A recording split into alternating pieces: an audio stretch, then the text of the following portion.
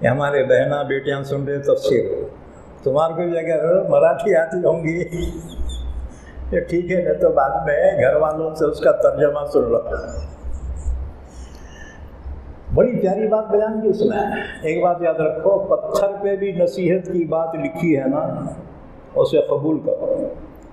حضرت عمر فرماتے تھے، لا تنظر من قال بل انظر ما قال۔ یہ مت دیکھ کون کہہ رہا ہے، یہ دیکھ کیا کہہ رہا ہے۔ اگر سچی بات کہہ رہا ہے اسے قبول کرنا چاہیے۔ بہرحال وہ کہتا ہے،